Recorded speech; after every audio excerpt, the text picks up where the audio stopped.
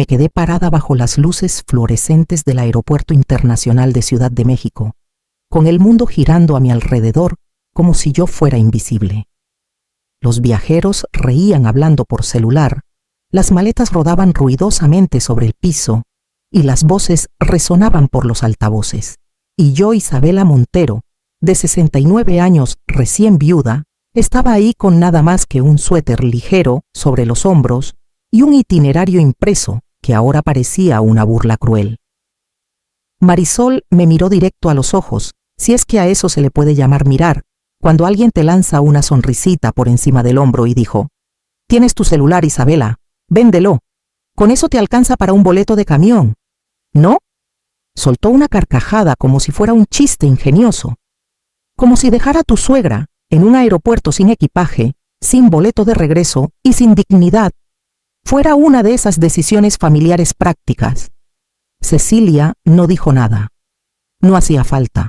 Ya se había dado la vuelta ajustándose la correa de su bolso, con los ojos escondidos detrás de unos lentes de sol enormes, siguiendo a Marisol como una sombra fiel.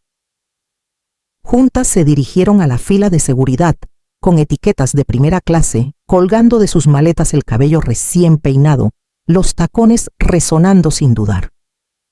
Ni siquiera volvieron la mirada. Quise gritar, preguntar si esto era un error. Seguro que había un malentendido. Seguro que alguien olvidó algo. Pero mi voz se quedó atrapada en la garganta frágil e inútil, como si decir algo en voz alta haría la humillación aún más real. Así que hice lo que siempre he hecho en momentos como este, me quedé callada. Demasiado orgullosa para rogar. Demasiado aturdida para sentarme. Demasiado herida para llorar. Apreté mi bolso como si fuera mi salvavidas, aunque solo llevaba mi cartera, mi celular y unos caramelos de menta que había guardado para el vuelo que ya no iba a tomar. Mi maleta pequeña, empacada con cuidado con la foto de mi esposo Mauricio, envuelta en una toalla, había desaparecido. La había dejado en el mostrador de facturación porque Marisol insistió. «Déjanos encargarnos, Isabela. Tú solo relájate», me dijo con una sonrisa forzada. Y yo quise creerle. Ahora lo único que me quedaba era esa carpeta con documentos de viaje, un pase de abordar anulado en el mostrador y la creciente certeza de que este viaje nunca había sido para mí. Una madre joven pasó con un pequeño tirando de su chamarra. Los ojos del niño se encontraron con los míos por un instante, curiosos, luego confundidos, y yo giré la cara. No quería que me vieran así. Una mujer sin plan, sin asiento, sin lugar en la familia a la que creía pertenecer. Caminé lentamente hacia un banco junto a una ventana grande, con las piernas rígidas como si no me pertenecieran. Me senté con la espalda recta, la barbilla en alto, como si eso pudiera mantener mis pedazos juntos un poco más. Y entonces metí la mano en el bolsillo interior de mi bolso, el que no había tocado desde el funeral de Mauricio, y sentí algo sólido, algo que había guardado no por esperanza, sino por costumbre. Una tarjeta, un nombre, una posibilidad. Mauricio murió un jueves. Esa mañana estaba nublado con un cielo que parecía apretarte el alma. Habíamos estado casados 43 años. No fueron años perfectos ni fáciles, pero sí llenos, repletos de rutinas, comidas compartidas, bromas privadas y ese entendimiento callado de quienes se eligen todos los días. Cuando los paramédicos se lo llevaron, me quedé descalza en la puerta sosteniendo su taza de café todavía tibia y medio llena en mis manos. El funeral fue sencillo. A Mauricio no le gustaban las alaracas. Cecilia dio un discurso que sonó pulido pero distante. Marisol lloró más fuerte que nadie. Después la gente trajo guisados y flores, y luego, como siempre pasa, se fueron. El silencio en la casa era tan pesado que se pegaba a las paredes. 2 semanas después, Cecilia llegó con Marisol. Yo todavía traía puesta una camisa de franela vieja de Mauricio sobre mi bata, sentada en el solario donde la luz siempre caía justo en su sillón. «Mamá», dijo Cecilia sentándose frente a mí. «Hemos estado pensando. Tal vez te vendría bien salir un poco, cambiar de aire». Marisol asintió como si la idea fuera suya. Puerto Vallarta. Unos días nada más. vacaciones con los niños. Te puede hacer bien, hacer bien. Quise reírme, pero tenía la garganta seca.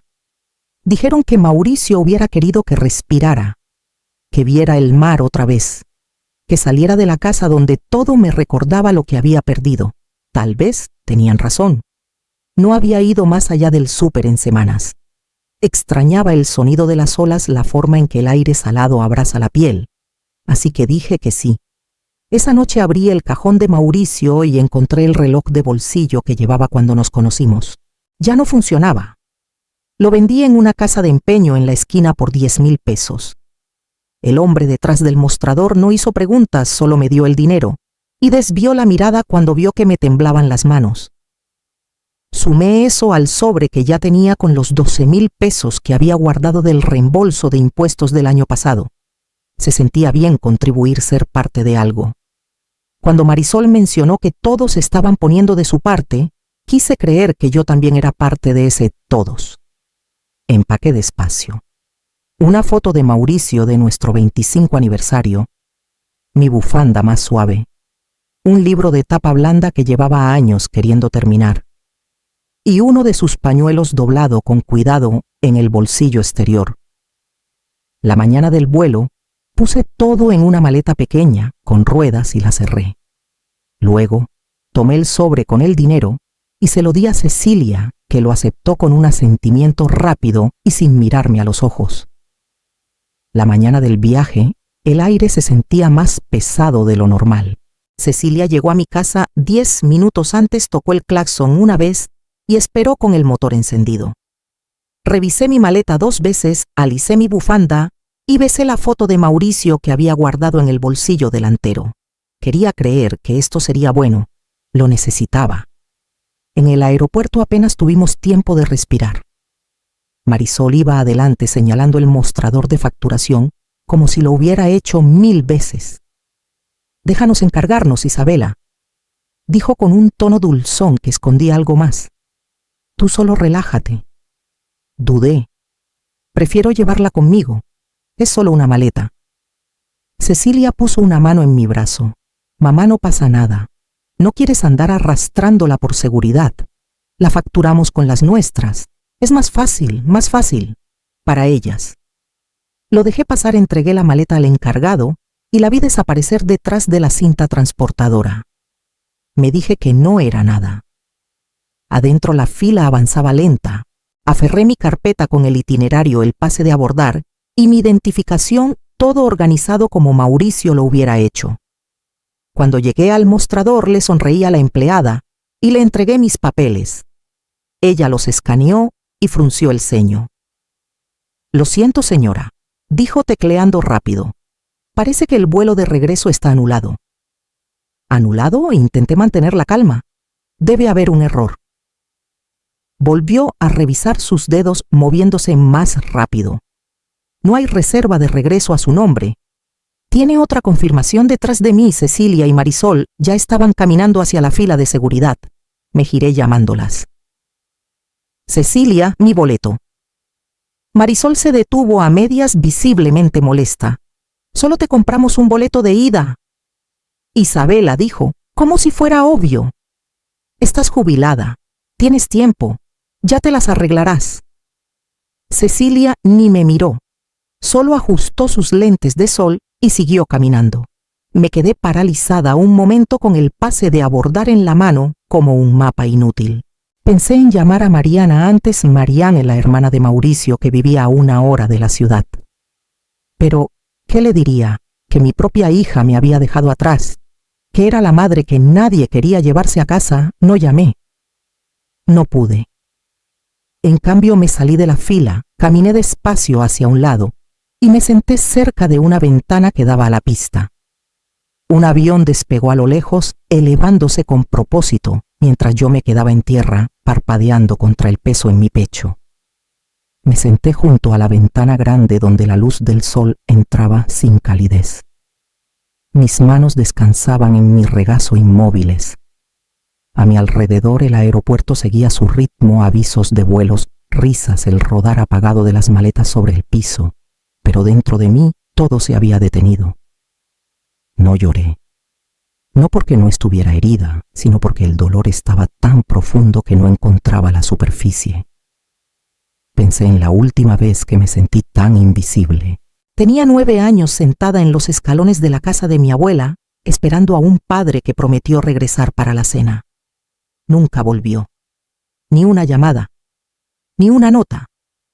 Solo un silencio que se alargó tanto que cambió la forma de mi esperanza. Fue la primera vez que aprendí que el amor no siempre viene con boleto de regreso. Ahora, décadas después, lo estaba aprendiendo de nuevo de mi propia hija.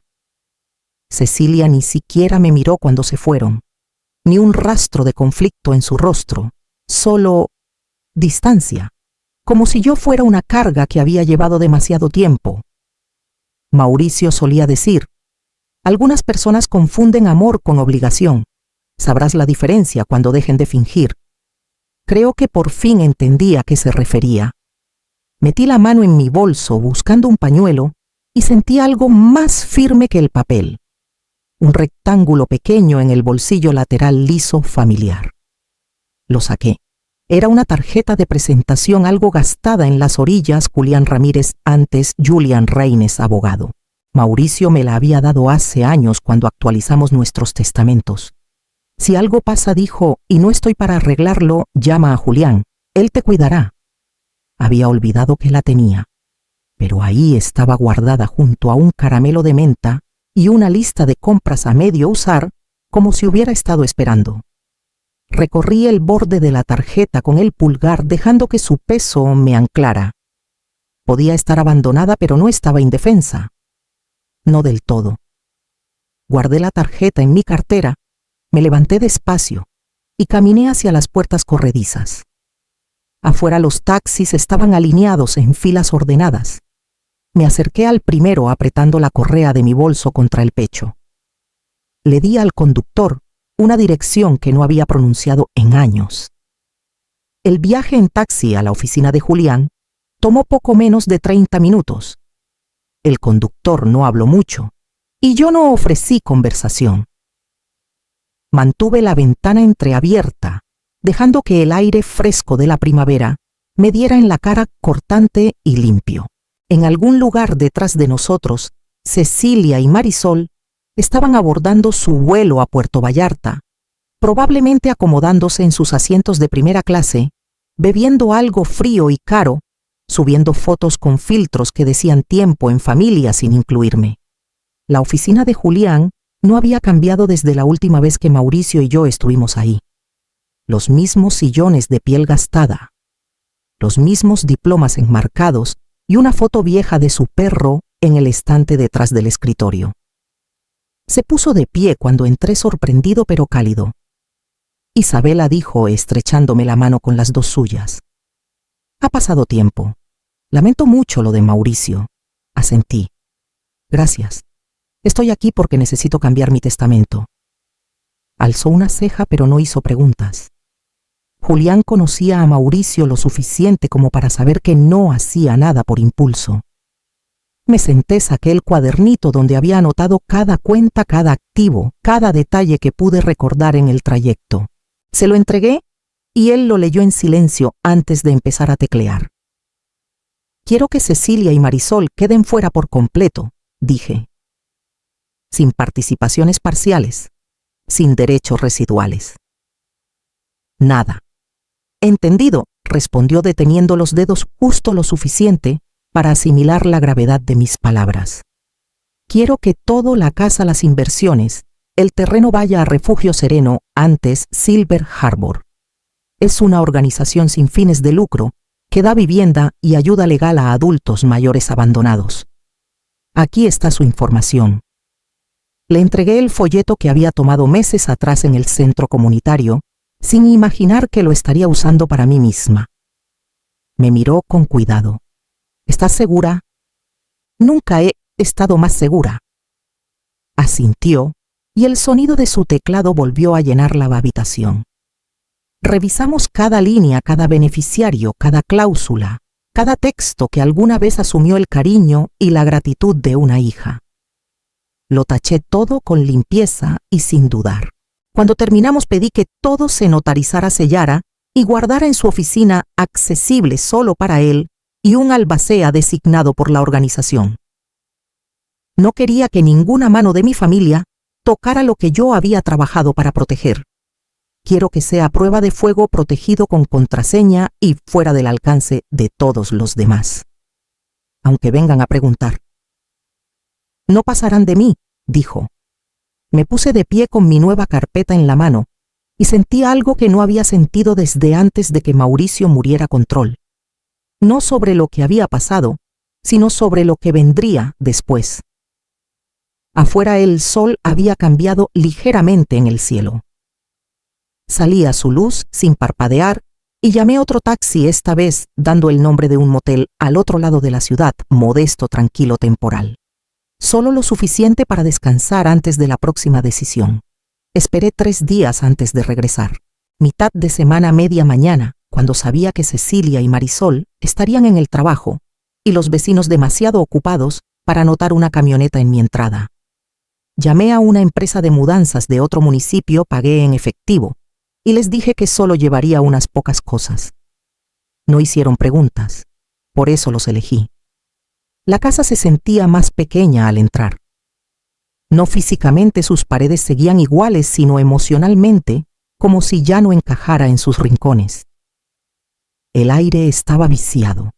El silencio ya no se sentía sagrado. Caminé por cada cuarto con propósito. No me detuve. No toqué nada que no importara. Del comedor tomé el sillón de Mauricio, el que se amoldó a su espalda tras décadas de leer.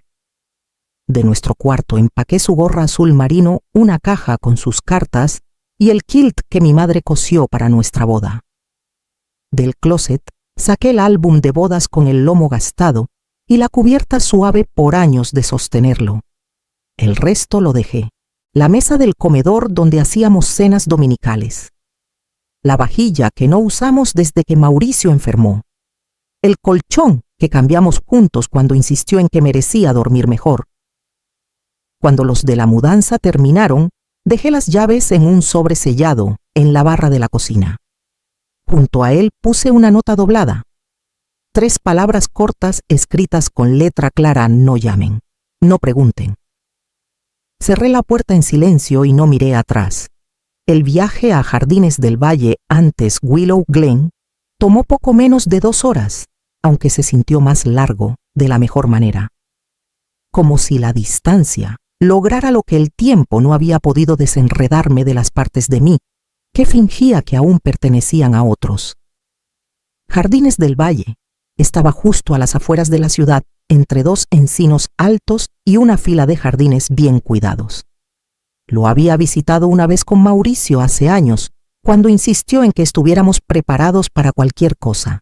Le dije que nunca viviría en ningún otro lugar que no fuera nuestra casa. Él sonrió y dijo: tal vez un día. Si aparece el lugar correcto, le habría gustado este lugar. No olía a medicina ni a descuido. Olía a jabón de limón y ventanas llenas de sol. El personal me saludó por mi nombre. Mi departamento era pequeño pero cálido, con una ventana que daba a un patio lleno de narcisos. Cuando puse el sillón de Mauricio junto a esa ventana y me senté, no me sentí como una mujer que lo había perdido todo. Me sentí como una mujer que por fin había llegado. Pasaron 6 meses sin un sonido de ellas, ni una llamada, ni una nota, ni siquiera uno de esos mensajes forzados en días festivos. En Jardines del Valle, el silencio no era un castigo, era paz. Mis días estaban llenos de formas que no tenían nada que ver con obligaciones. Me uní al club de lectura los miércoles, donde discutíamos personajes como si fueran de la familia. Volví a pintar mal libremente con colores que se salían de las líneas. Aprendí los nombres de personas que recordaban el mío. Fue la primera vez en años que me sentí querida sin costo. Luego, una mañana abrí mi correo y vi un nombre que no había visto desde el día en que me dejaron en el aeropuerto. Cecilia Montero. Asunto: por favor, lee mamá. No lo abrí de inmediato. Apagué la pantalla, preparé una taza de té y me senté junto a la ventana abierta. Afuera el patio estaba en flor, flores nuevas en cada esquina. Una brisa suave cruzó la mosquitera limpia y la dejé llenar la habitación antes de volver a encender la laptop. 16 llamadas perdidas, todas de Cecilia. El correo era breve, casi una disculpa. No sé qué decir, mamá. Marisol y yo recibimos la carta del abogado hoy. No pensamos que realmente lo harías. Tal vez nos equivocamos. Tal vez no vimos cuánto te lastimamos. Pero sacarnos por completo. Después de todo, por favor, al menos déjanos conservar el jardín. Los niños ayudaron a sembrarlo. Significa algo. No somos perfectas, pero seguimos siendo tu familia. Podemos hablar 5 minutos. Es todo lo que pido. Lo leí una vez, luego otra. No llamaron cuando Mauricio murió. No preguntaron cuando dejé de responder mensajes. Pero en el momento en que sus nombres desaparecieron del testamento, sus voces regresaron. El jardín. Eso era lo que querían. El jardín detrás de la casa que Mauricio y yo construimos. El mismo que Cecilia nunca me pidió que ayudara a regar. El que subía a fotos en redes llamándolo su santuario sin mencionar quién plantó las rosas originales. Ahora importaba. Ahora significaba algo. Cerré la laptop con suavidad, no con enojo, sino con firmeza. Todavía podía recordar el aroma de esas rosas. Las cuidé una vez mucho antes de que se convirtieran en el fondo de alguien más, pero nunca fueron lo que elegí dejar atrás. Me levanté, caminé al escritorio y saqué la copia del Nuevo Testamento que Julián me había enviado. Lo guardé en el cajón junto a las cartas de Mauricio y fui a encontrarme con Elena antes Helen para nuestra clase de acuarela del jueves. El cielo estaba suave con el atardecer mientras salía al patio con un chal sobre los hombros. El aire tenía el calor gentil de un día primaveral que se desvanece y el viento movía la hierba alta en ondas lentas y uniformes.